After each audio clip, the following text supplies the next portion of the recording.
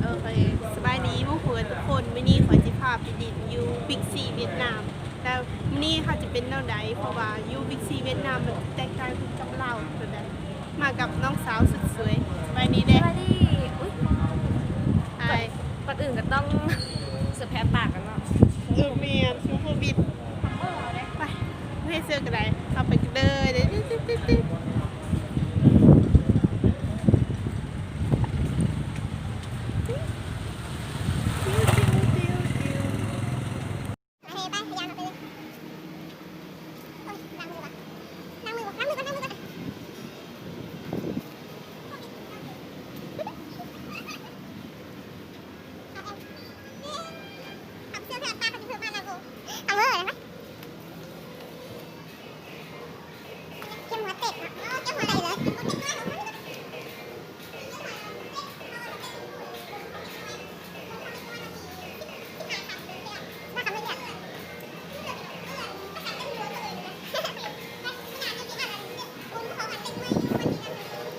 ไอ้สนี่เขาโยนไปกินข่าวอยู่บิ๊กซีแล้วไปซื้อข่าวอยู่บิ๊กซีแล้วเป็นมันจะเป็นตะกินดูบ่มันของจีเป็นของที่ถึกอยู่กับเราหรือเปล่าเพียงกับเราแล้วเด็กนี่ก็คือจะเป็นคือก็อยู่เราเผื่อจะอันเยอะๆช่วงนี้ประมาณ10,000กีบนี่นะบ่นาทีประมาณ10 ปลายพันเอาอะไรมาทำกินเนอะขนมเนอะลดหุ่นอยู่ก็คือว่ามันบานเป็นตาเสียเลยคิดเดิมวันนี้นะโอ้ยยากอันนี้นะต้องทางไกลจิบ่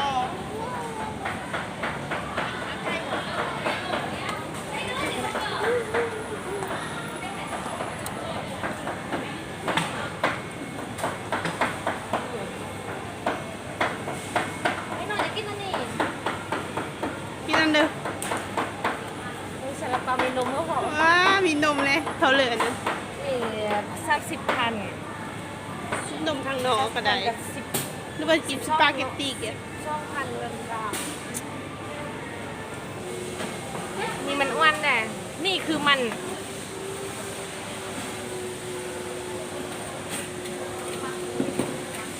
ได้มาแล้ว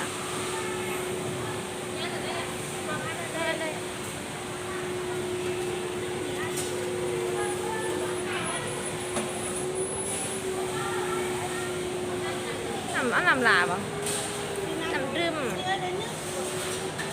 ถ้าว่าน้ำท้าเนี่ยเขาเชื่อน้องว้าแต่น้องว้าน้ำท้าเขาได้คนสำเนึกบอกเขาเชื่อผมไม่คนสำเนึกคนเวียงบอกเขาเชื่อว่าผิด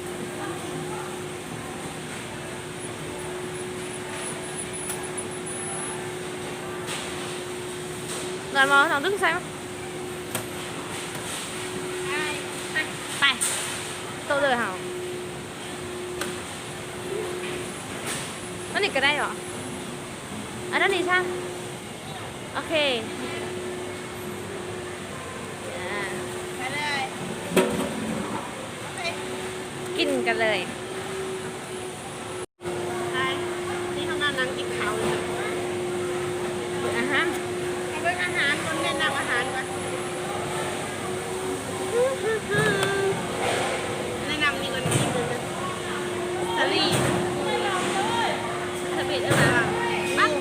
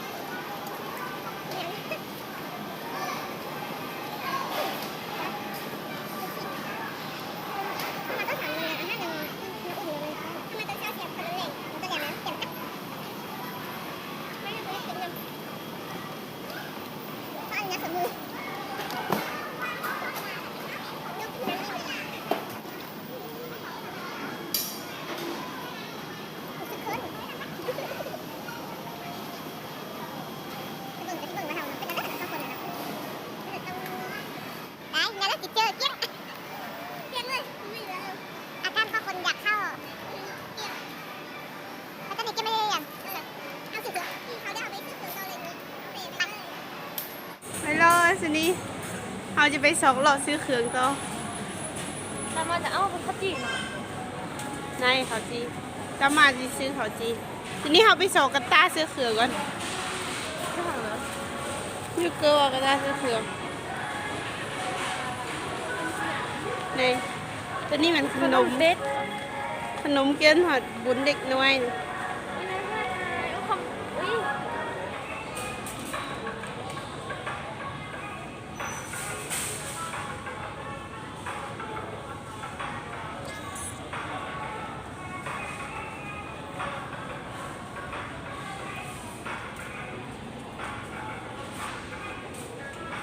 คือบ่มีอ่ะ ซื้อโฟมตัวหนึ่ง ตัวมันเพอร์เฟกต์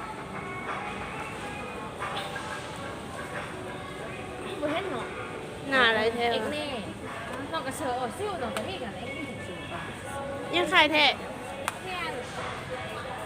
นี่มันมีแต่ซีบัวน่ะ นี่เก่าพันดอน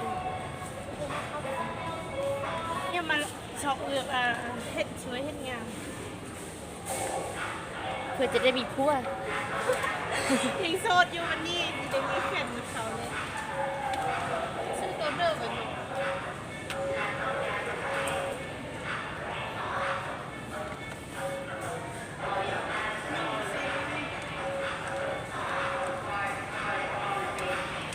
น้องคือโสดตัวหนึ่ง น้องเคยมักเสือในอันนั้นน้ำผึ้งอะนะแค่แต่ว่าซองหน่อยบ่มีนะนี่นะ เหนียว เนี่ยแต่มันต้องจุดหน่อยเอาซองหน่อยพอดีเสือนะเสือเธอนึง ตัวนี้เยอะโหด เนี่ย เพื่อแต่มันมักซื้อตัวนี้ไม่ซื้อ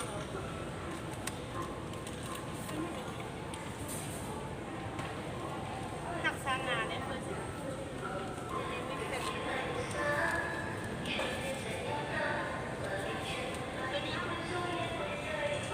โมเมนมันเป็นซองหน่อยๆมาอยู่ที่เดี๋ยวแหละ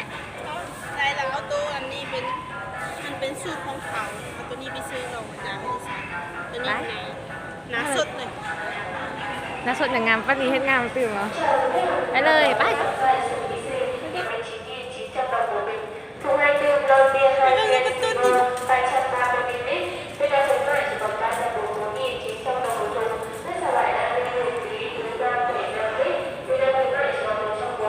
จะตายยาซื้อเลย ได้เอาก่อนมาที่ซื้อเพิ่มให้พวกเพิ่มมาหนึ่งสองอาจารย์ มันมีเงินก็เดินไปซื้อได้มันก็เลยไปซื้อตัวนี้อย่างหนึ่ง ตั้งเมื่อกี้อ่ะ ซื้อตัวนี้แล้วเมื่อมันอยากจะเรา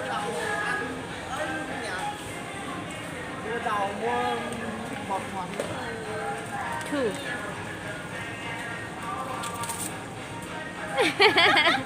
เอาเลยเอาอันนึงถ้าน้องคิดว่าคือไอ้เหรอไอ้มีเนยเหรอมีชีสเหรอตัวนี้คือที่คักกว่าไอ้มีโฟไมน์อ่ะ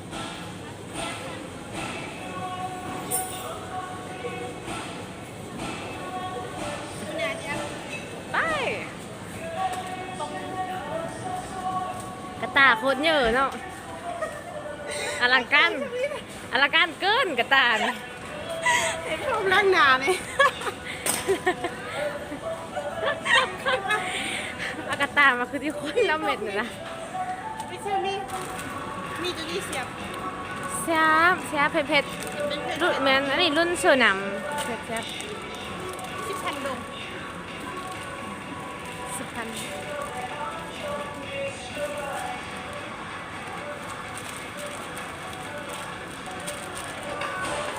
มีแต่มีเกาหลี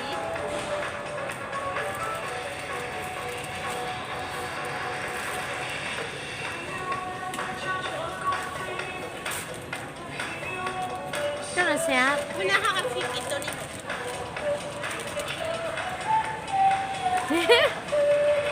หนาวไม่แต่มีหนาวอาหารถึงยัง กระแลม อยากบอก อยากแต่อดตุ้ทุนอยู่เอาน้องมาเลย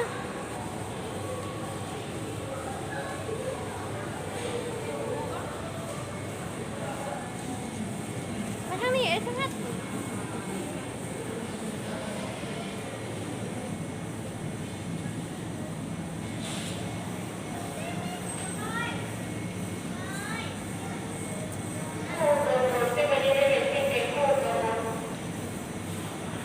เดี๋ยวได้เหรอได้ละ ข้าวของเราเห็นเนาะไปไป ไป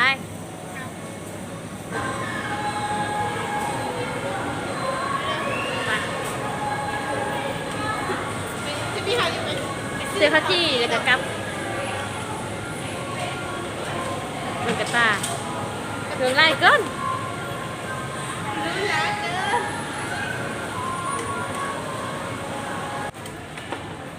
ตัวนี้เขาจีนอ่ะ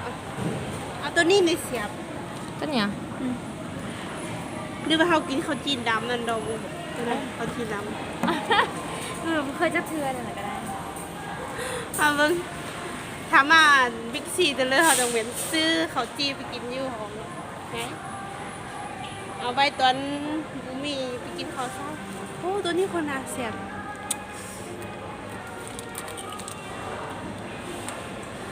โอ้ยอร่อยเลิศ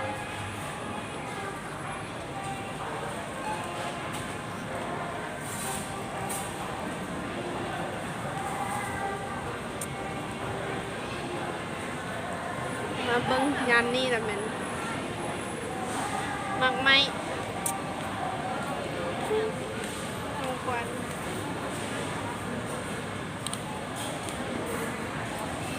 ซื้อได้เลยบอไปได้เลยไปทีนี้เราไปจ่ายเงิน ตุ๊กตาดูอลังการเกิน ทีนี้ไปจ่ายเงินก่อนอ๋อผมมาเบิ่งขนมตัวนี้หรอผมมาขนมตัวนี้ก่อน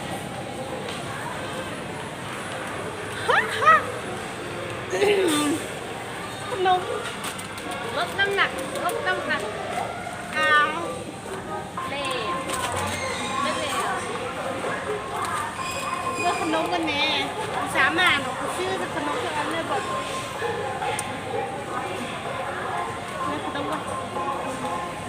ไปจ้าอะไรเนาะ น้องอันเดียวบอกขนม สด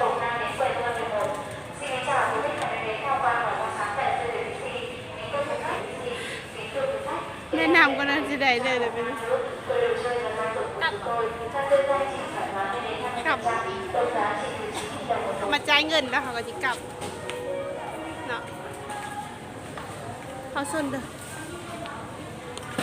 อ่ะไปจ่ายเงินก่อนไปทีนี้เขาไปจ่ายเงินกัน เอ้ยเอาห้องออกก่อนเลยเนอะเลยน้องที่ขี้ไรตามลัง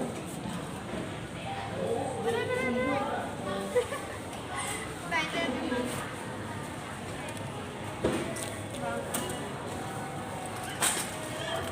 แล้วติ้งเสียงนะ เอาไปเลยทีนี้เขาก็ยังหาจ่ายเงินกันจ่ายเงินกันหรอเอาเม็ดเขาเลยไปเลยทีนี้เขาก็ได้เครื่องมาแล้วเนาะ ตอนนี้ ได้เท่านี้แล้วแต่ว่าเม็ดอยูเสียนปลายหุ่น